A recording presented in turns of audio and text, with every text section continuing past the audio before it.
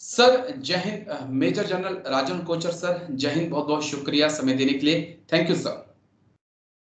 तो राजेश जी, जय Hind. Thank you sir, आपने समय दिया।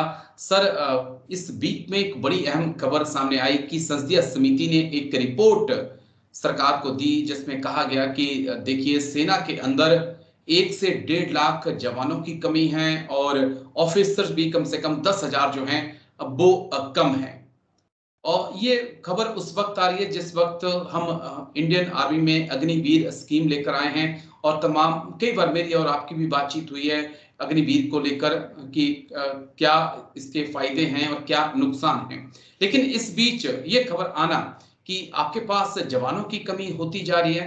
पहले मैंने सर 1 दशक तक सुना, 2 दशक से सुन रहा हूं कि इंडियन आर्मी में ऑफिसर कम होते हैं, लेकिन पहली बार ये सुनने को मुझे मिला है कि जवान भी भारतीय सेना में कम होने लगे हैं सर।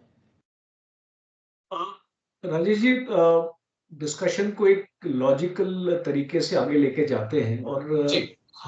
हर एक मुद्दे को एनालाइज करते हैं अच्छी तरीके से। सबसे पहले इंडिया की डिफेंस स्ट्रेटजी किन मुद्दों पे बेस्ड है। एक है एक्सटर्नल थ्रेट, ओके। दूसरा है इंटरनल जो हमारे सिक्योरिटी चैलेंजेस हैं, और तीसरा है जो टेक्नोलॉजी फौज में आ रही है, हम उसको किस तरीके से फौज को ट्रांसफॉर्मेशन कर रहे हैं। आप जानते हैं 2025 एक 2024 बल्कि आर्मी ने डिक्लेयर किया था कि year of technology absorption, okay. और 2025 को डिक्लेयर किया था ईयर ऑफ डिफेंस रिफॉर्म्स। तो अगर इन अब इसको मुझे आश्चर्य होता है कि 2024 में आपने टेक्नोलॉजी अब्जॉर्प्शन, आपने एक अपना ईयर आपने डिक्लेयर किया। क्या आप समझते हैं कि 1 साल में आपका टेक्नोलॉजी अब्जॉर्प्शन हो जाएगा? ये एक कंटिन्यूस प्रोसेस होना चाहिए। जी। आप ऐसे इसको मीडिया में अनाउंस कर देते हैं टेक्नोलॉजी अब्जॉर्प्शन को तो टाइम लगता है। वो 1 साल में अगर आपने अपना उसको क्यारे अपना बनाया तो उसका क्यारे और आपका एक्सटेंड होता रहेगा। तो ये एक इसको मेरा पॉइंट ये है। दूसरा, फौज की जो तकरीबन सैंक्शन स्ट्रेंथ है आज की डेट में, अगर हम माने तो तकरीबन 12 लाख हमारे ट्रुप्स की सैंक्शन स्ट्रेंथ है, और तकरीबन 50,000 हमारे ऑफिसर्स की स्ट्रेंथ।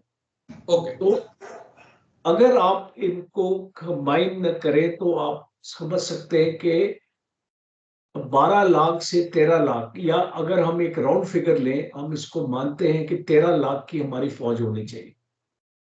अब 13 लाख की फौज में आज का 2024 का जो पार्लियामेंट का एक स्टार क्वेश्चन था, जिसके ऊपर उसका गवर्नमेंट ने जवाब दिया कि हमारा जो मैन पावर है वो 13 लाख के अगेंस्ट तकरीबन 11.5 लाख है आज की डेट में। इसका मतलब जी।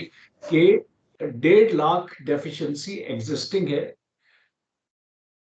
उसमें तकरीबन 92,410 जवान की डेफिशिएंसी है, ओके। और 8,443 हमारी ऑफिसर्स की डेफिशिएंसी है। तो अगर आप इसको ऑफिसर्स की डेफिशिएंसी देखें तो वो 16.71% है, ठीक है और सर। जवानों की डेफिशिएंसी देखें तो 7.72% है।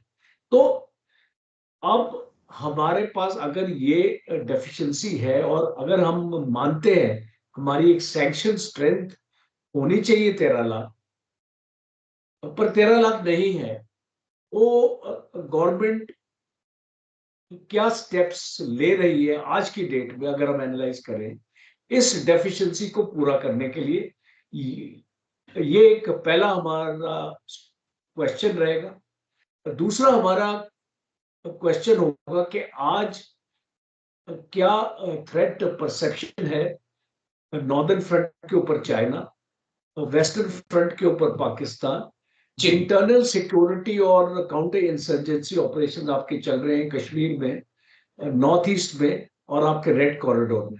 तो अगर आप इन चीजों का अपना जायजा लें तो पहली चीज गवर्नमेंट ने अपना की है कि एक स्ट्राइक कोर को रेस किया है, मींस वो ऑलरेडी रेस थी पर उसको मैन पावर एक्विजिशंस नहीं मिली थी। तो ओके। अभी जो सुनने में ये आ रहा है कि ये जो दूसरी स्ट्राइक कोर है 17 कोर जो चाइना के लिए क्रिएट की गई है, इसमें हमको पूरा मैन पावर मिलेगा। तो ठीक। कब मिलेगा और कैसे मिलेगा अभी उसके ऊपर बातचीत नहीं हो रही, बट एटलीस्ट गवर्नमेंट को संज्ञान है कि ये सेकेंड स्ट्राइक कोर हमको अवेलेबल होगी। तो दूसरा, हमारे जो काउंटर इंसर्जेंसी में जो ऑपरेशन चल रहे हैं, तकरीबन 80,000 हमारे जवान यहाँ पे डिप्लॉयड रहते ठीक है। हैं। तो इसका मतलब है कि ये 80,000 की जो स्ट्रेंथ है ये आपको एक्चुअली मिलेगी नहीं लड़ाई के टाइम पे, क्योंकि आज जो लड़ाई होगी वो एक असिमेट्रिक वॉरफेयर का एक नमूना होगा, या हम जिसको हाइब्रिड वॉरफेयर बोलते जी। हैं। अब समझ रहे हैं कि ये जो लड़ाई है ये खाली बॉर्डर के उस पार ही नहीं लड़ी जाएगी, हमारे अंदर भी लड़ी जाएगी, क्योंकि जिस टाइप के टेररिस्ट ग्रुप्स अंदर आएंगे और डिस्टर्बेंसेस क्रिएट करें, ठीक। तो इसको समझने की जरूरत है, बहुत इंपॉर्टेंट बिल्कुल फैक्टर है। बिल्कुल सर। और उतनी ही एक नफरी आपकी कम होगी क्या अगर आपके पास 1.5 लाख है, तो आपके पास 10 लाख के करीब आपके पास ट्रूप्स अवेलेबल होंगे आपको इस चुनौती का सामना करने के लिए, जो आपके पास चाइना से भी आएगी और पाकिस्तान से भी आएगी और अब बांग्लादेश से भी आएगी। जी। बिकॉज बांग्लादेश को तो आपने फैक्टर ही नहीं किया है। अगर आप कहीं पर भी अपना एक डॉक्ट्रिन अपने इंडियन आर्मी का ढूंढेंगे और उसको पढ़ेंगे तो उसमें बांग्लादेश का मेंशन ही नहीं है। तो इसका मतलब कि एक डॉक्ट्रिनल चेंज लाने की जरूरत है, जिसमें बांग्लादेश की चुनौती को भी फैक्टर करना पड़ेगा और उसके लिए आपको मैन पावर चाहिए। एक बहुत इंपॉर्टेंट आर्गुमेंट जो दी जा रही है कि फौज में टेक्नोलॉजी आ रही है, आर्टिफिशियल इंटेलिजेंस आ रही है, स्पेस बेस्ड इंटेलिजेंस सर्विलेंस और रिकॉनेसेंस आ रहा है, जी। और नेटवर्क सेंट्रिक वॉरफेयर की बात हो रही है।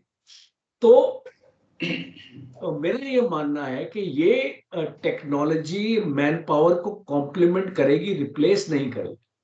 और गवर्नमेंट की सोच को दुरुस्त तरीके से हमको इसको प्रोजेक्ट अपना गवर्नमेंट को हमको ये करना पड़ेगा।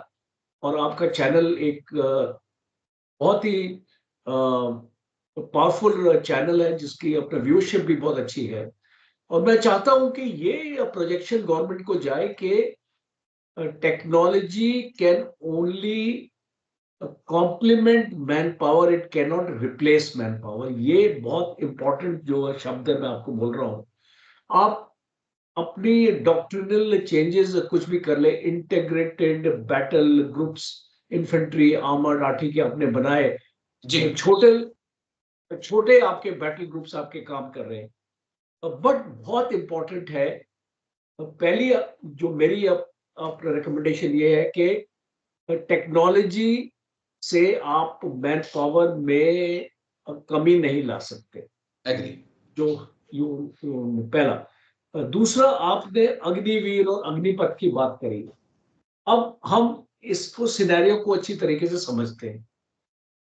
आपके 60,000 जवान हर एक साल रिटायर होते हैं, जी। और अग्निवीर 40,000 से 42,000 इस रेंज में आप उनको ले रहे हैं। इसका मतलब कि जितने आपके रिटायर हो रहे हैं उतने आप रिक्रूट नहीं कर पा रहे। तो पहली जो इंपॉर्टेंट ऑब्जर्वेशन यहाँ पे है कि अगर आपको अपनी फौज को वापस 13 लाख पे लेके आना है, जो आज की डेट में एक्चुअली फंक्शनल स्ट्रेंथ आपकी 10.5 लाख या 10 लाख, जी। तो इसका मतलब कि ये जो 2.5-3 लाख की आपकी कमी है, ये अगर आप सेम पैटर्न ऑफ रिक्रूटमेंट को आगे लेके जाएंगे, तो आप इस डेफिशिएंसी को मेकअप नहीं कर रहे हैं, आप इस डेफिशिएंसी को बढ़ा रहे हैं। और आने वाले वक्त में जो एक मैथमेटिकल कैलकुलेशन हुआ है, अगले 5 साल में अगर आप इसमें कोई चेंज नहीं लाएंगे तो आपकी 10 लाख की फौज 9 लाख की हो जाए। तो चैलेंजेस को मैंने आपको ऑलरेडी हाईलाइट अपना कर दिया है। जी तो बहुत इंपॉर्टेंट है, 3-4 इंपॉर्टेंट मुद्दे हमको इसमें यहाँ पे रेज करने हैं। जो हमारी स्ट्राइक कोर है उसको आपको अगले 6 महीने से 1 साल में उसको पूरी स्ट्रेंथ में लेके आना है। दूसरा, आपकी ऑफिसर्स की जो शॉर्टेज है 17%, क्या आप एक्सेप्ट कर सकते हैं? कारगिल की लड़ाई में अगर आप 1999 में अगर आप स्टैटिस्टिक्स देखें तो हर एक ऑपरेशन में आपको ऑफिसर चाहिए था उस ऑपरेशन को लीड करने के लिए। आज जो हम जूनियर लीडरशिप के बारे में पढ़ते हैं, जब तक एक ऑफिसर लीड नहीं करता है उस ऑपरेशन में सक्सेस आपको नहीं मिलेगा। और अगर आपके पास ऑफिसर्स की कमी है 17%, कोई छोटी कमी नहीं है, let me tell you that. तो आपको इसको मेकअप अपना करना पड़ेगा। और आपकी ट्रेनिंग क्वालिटी, आपकी लीडरशिप और जिस तरीके से आप अपने आप को डेवलप कर रहे हैं, आपको लेना पड़ेगा। और मैं एक छोटा सा एग्जांपल देता हूं सम अप करने से पहले। आपने यूक्रेन रशिया की लड़ाई में देखा कि उनको मैन पावर की कमी हुई तो रिजर्विस्ट को बुलाया। आपने रशिया और गजा की लड़ाई में देखा, रिजर्विस्ट को बुलाया। आपके पास क्या रिजर्विस्ट है जिसको आप बुला सकते? तो इसको भी एनालाइज करने की जरूरत।